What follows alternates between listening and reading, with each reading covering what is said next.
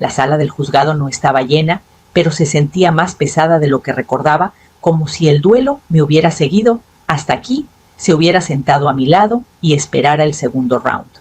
Caso 1087, anunció el secretario. Santiago Morales. Contra Isabel Morales. Me puse de pie como me indicaron, con las manos apretando la carpeta que Javier dejó en su mesita de noche el día antes de que lo trasladaran al hospicio. No había abierto la sección sellada todavía. No del todo, solo lo suficiente para saber que él había planeado esto. Santiago no me miró. Ya estaba sentado junto a su esposa Carla, impecable, en un traje gris, tecleando en su celular, como si el resultado ya estuviera publicado en alguna red social. Él levantó la vista, una vez cruzó su mirada con la mía y puso los ojos en blanco. Un mensaje silencioso: estás haciendo perder el tiempo a todos. Pero no me inmuté. El juez Ramírez, más viejo de lo que recordaba, pero aún alerta, revisó los documentos frente a él y luego hizo una pausa.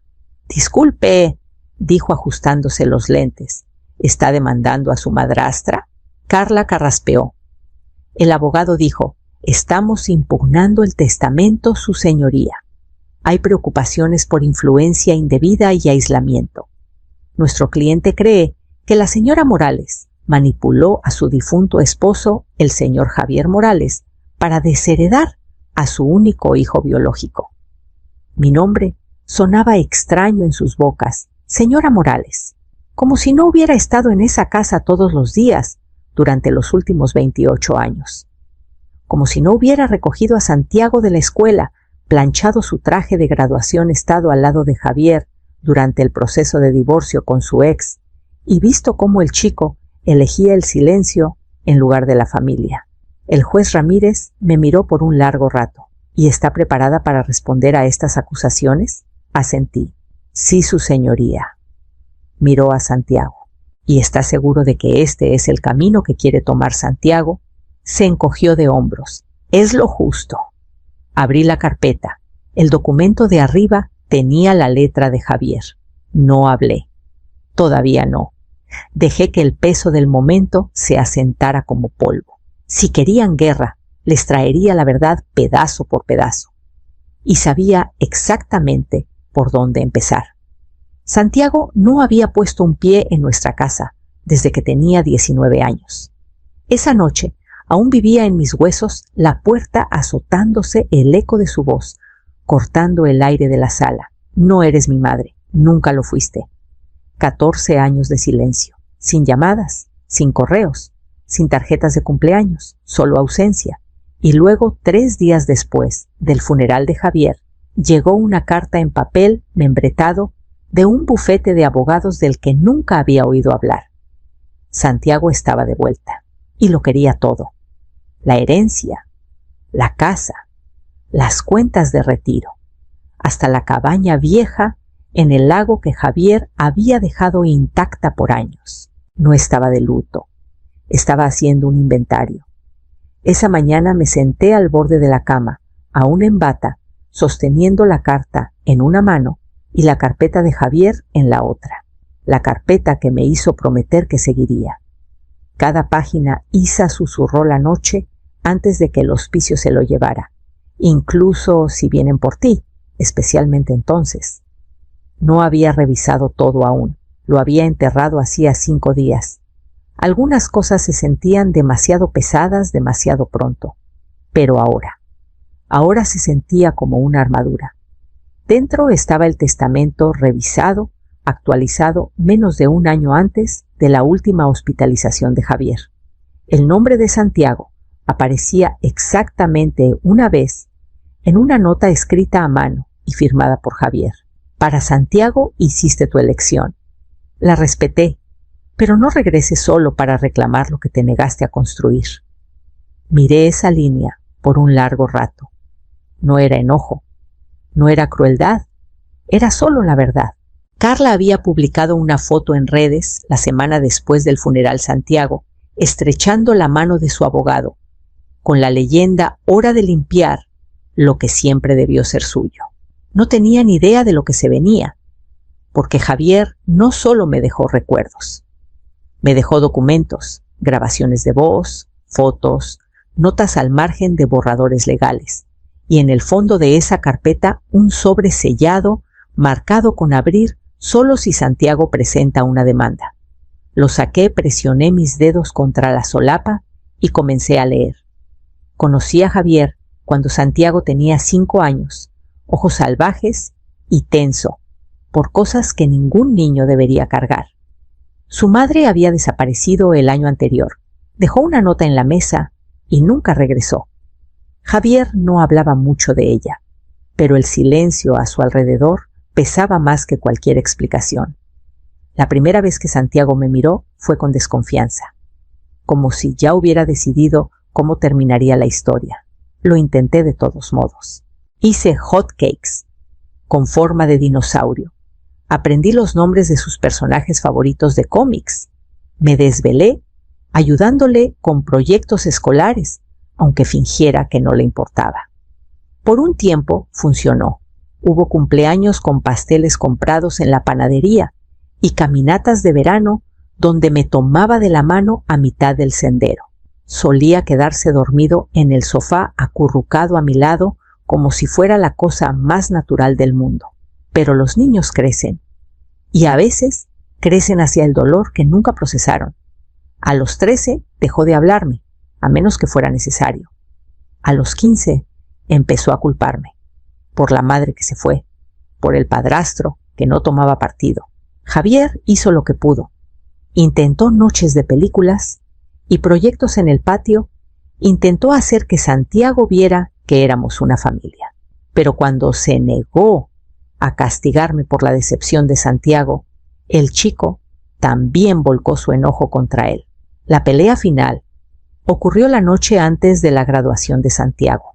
Ni siquiera recuerdo que la desató tal vez algo pequeño, como pedirle que recogiera sus zapatos. Pero explotó en una tormenta de puertas azotadas y acusaciones. Empacó una mochila. Dijo que nunca fui su madre. Dijo que Javier había elegido mal. Y así se fue. Sin llamadas. Ni cuando empezó la tos de Javier, ni cuando llegó el diagnóstico, ni cuando supliqué una vez que al menos llamara a su padre. Nunca lo hizo. La siguiente vez que lo vi fue en el funeral, impecable, pulido con Carla del brazo. La última semana de vida de Javier se midió en pitidos del monitor de la máquina de oxígeno de las llamadas sin respuesta que le hice a Santiago, 27 veces.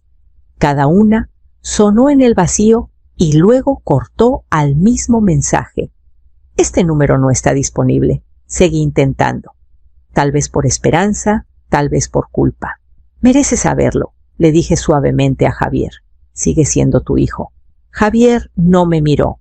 Sus ojos estaban en la ventana en un rayo de sol, temblando contra la pared del hospital. Si le importara, dijo finalmente con voz débil, ya estaría aquí. Esa fue nuestra última conversación real. A la mañana siguiente, su respiración se volvió superficial y para la noche se detuvo por completo.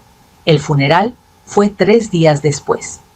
Apenas reconocí a Santiago cuando llegó traje a medida reloj caro, la mano manicureada de Carla en su brazo. Se quedaron al fondo de la capilla, no se acercaron al féretro, no hablaron con nadie. Cuando terminó el servicio, me giré para irme, y ahí estaba.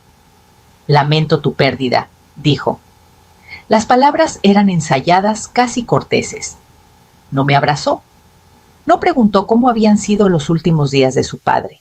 Solo miró alrededor de la casa después, como si estuviera tasando los muebles y se fue sin decir una palabra. 3 días después, un mensajero dejó un sobre en mi puerta. Papel membretado.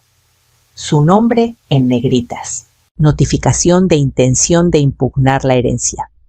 Las acusaciones eran simples y crueles: influencia indebida, manipulación, aislamiento. Alegaban que había coaccionado a Javier para reescribir su testamento excluyendo a su único hijo. Me senté en la cocina, donde Javier y yo desayunábamos cada mañana, la carta abierta junto a una taza que se había enfriado. Afuera, el viento hacía sonar las campanas del porche que él colgó el año en que nos casamos. Todos esos años de silencio y ahora quería todo. No los recuerdos, no al hombre solo la casa, el terreno, el dinero. Doblé la carta.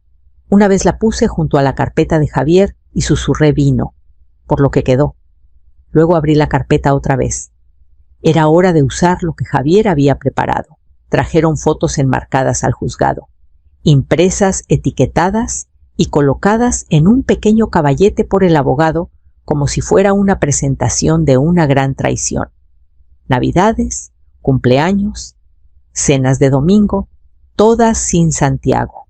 Carla estaba sentada con las manos perfectamente cruzadas en su regazo, mientras su esposo miraba al frente con rostro de piedra, mientras su abogado le decía al juez que yo lo había borrado de la vida de su padre. Lo aisló, dijo el abogado, señalando las fotos. Controló su agenda. Mantuvo al hijo a distancia hasta que el hombre murió creyendo que no tenía uno.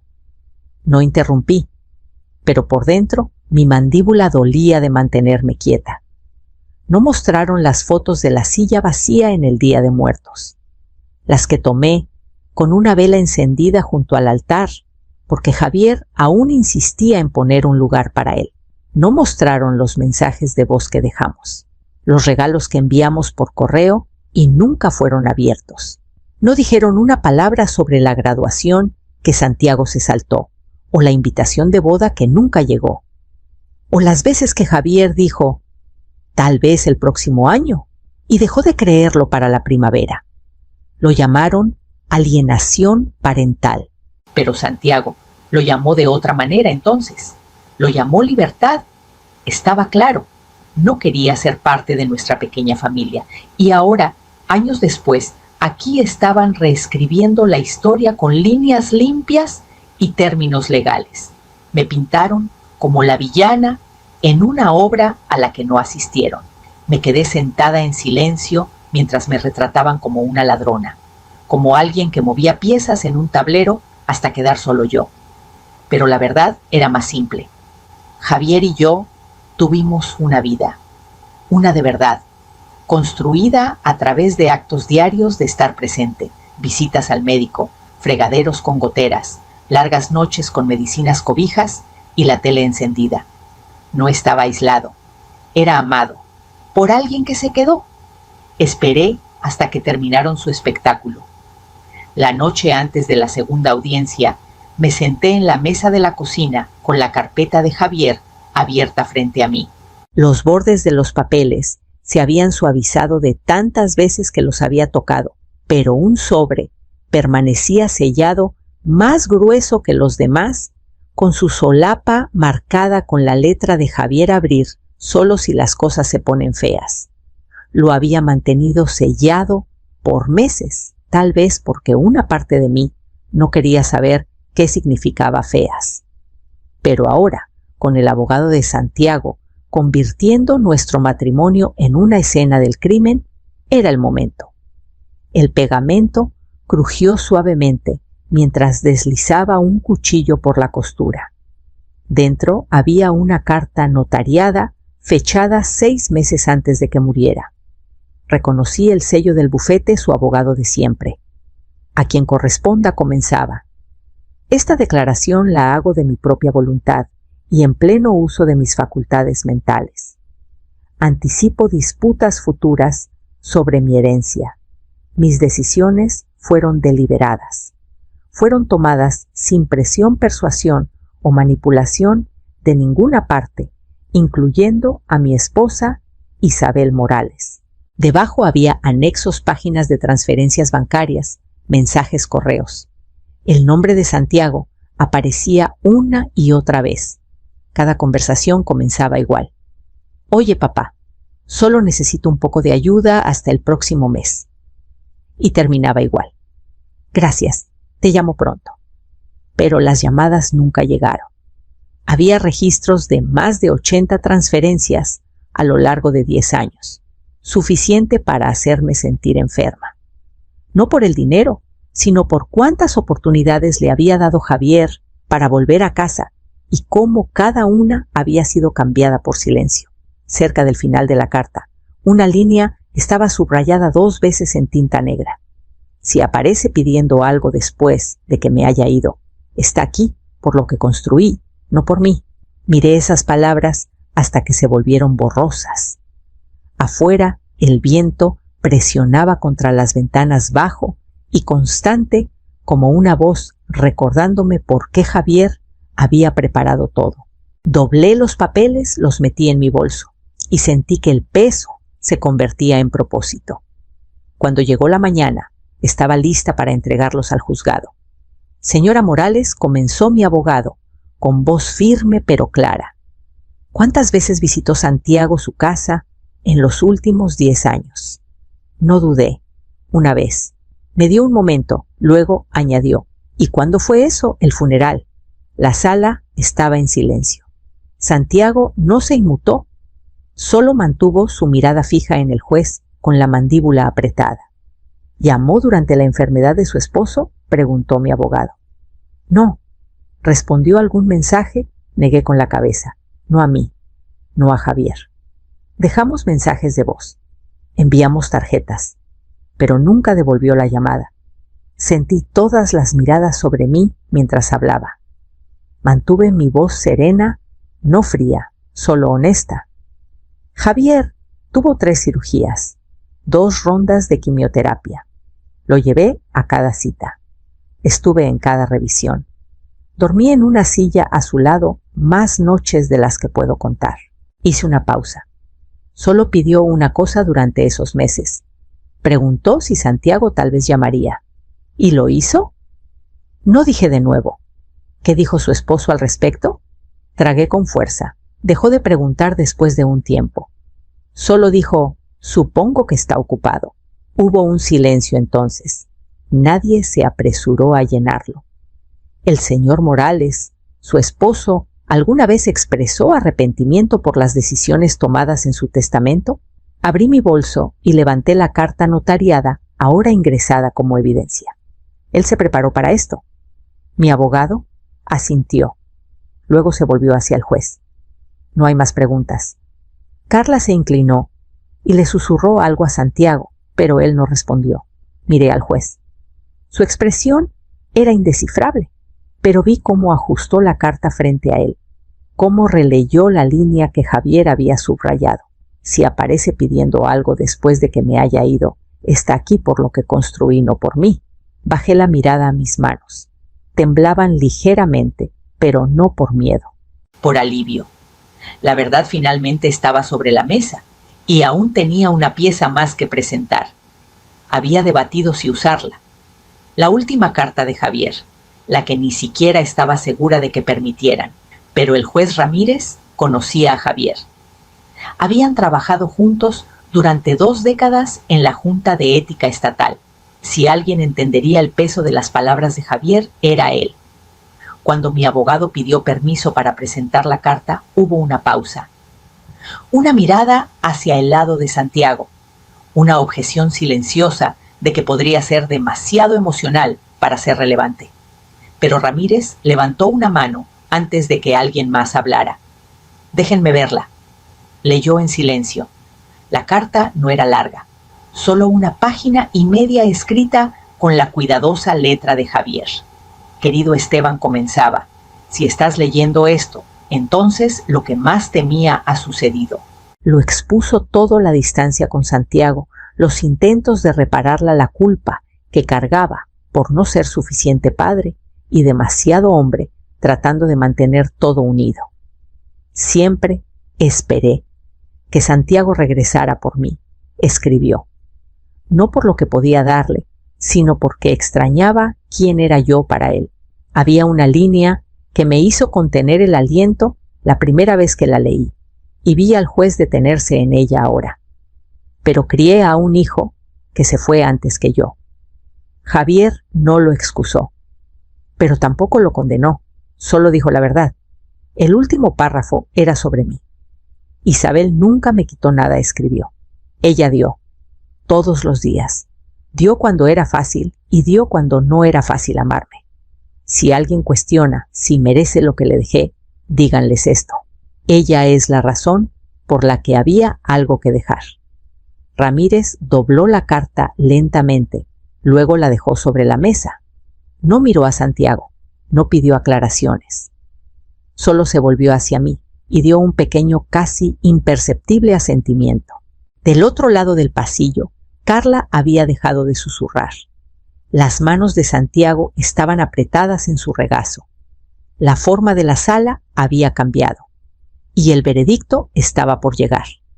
La voz del juez fue firme sin drama, pero el silencio que la precedió fue la pausa más larga de mi vida. Este tribunal declara válido el testamento, dijo el juez Ramírez. Las acusaciones de influencia indebida son desestimadas. Por un momento olvidé cómo respirar. Luego, lentamente, mi pecho liberó todo el aire que no sabía que estaba conteniendo. El dolor entre mis hombros, el zumbido constante del miedo, todo se aligeró lo suficiente para sentirse real otra vez. Santiago no me miró. Miró al frente con la mandíbula trabada, mientras Carla se inclinaba y susurraba algo que no pude escuchar. Probablemente algo sobre apelar. Algo frío, ensayado y distante, justo como la vida que pensaban que podían reescribir. Pero el daño ya estaba hecho. No por mí, por las decisiones que habían tomado mucho antes de esta sala. No se puede apelar una vida de ausencia. No se pueden tachar los años en los que no apareciste y esperar que tu nombre siga entintado en la página final. Se levantaron como si la sala les debiera algo. Recogieron sus carpetas y salieron sin reconocimiento. Ni una mirada atrás, ni siquiera una palabra. No los vi irse, recogí mis cosas lentamente. Mis manos se sentían más firmes ahora. La carpeta que Javier me dejó ya no era solo una defensa, era un registro de presencia, de cuidado de todos los actos silenciosos y cotidianos que cosieron una vida que alguien más intentó borrar. Al salir del juzgado, el viento era cortante pero limpio, honesto. Por primera vez en mucho tiempo no estaba defendiéndome solo avanzando. La casa seguiría siendo mía, no por firmas o estrategias, sino porque la había vivido, la había amado, había luchado por lo que significaba, y ahora decidiría qué se quedaba y qué podía finalmente dejarse ir. Las cajas tomaron su tiempo. No las apresuré. Esperaban en las esquinas, bajo las mesas, metidas en los armarios, calladas y pacientes como el duelo. Cuando finalmente abrí la última, no fue dramático. No hubo una avalancha de recuerdos ni un colapso en lágrimas.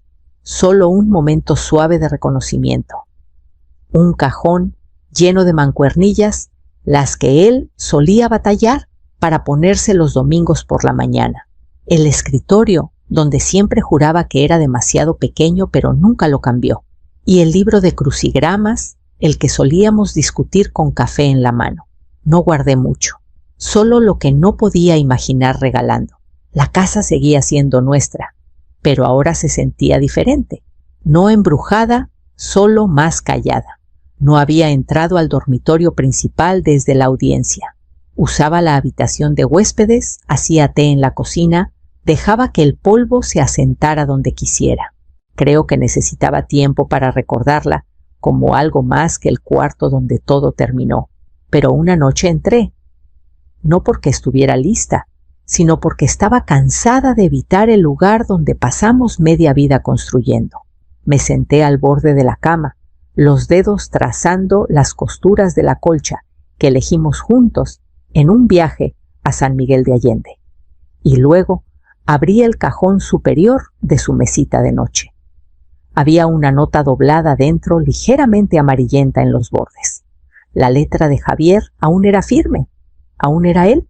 Ojalá hubiera encontrado una forma de unirlos a los dos. Pero nunca fuiste tú la que se fue. Eso fue todo. Sin instrucciones, sin cierre, solo reconocimiento. La leí 2 veces, luego la doblé de nuevo. En el sobre, esta vez no para guardarla, sino para llevarla. Ya no necesitaba ganar nada más, ni casos judiciales, ni discusiones, ni la versión de alguien más del pasado. La casa estaba en silencio, y por una vez yo también. Apagué la luz, caminé de regreso por el pasillo e hice té. Y esta vez dejé la puerta del dormitorio abierta detrás de mí.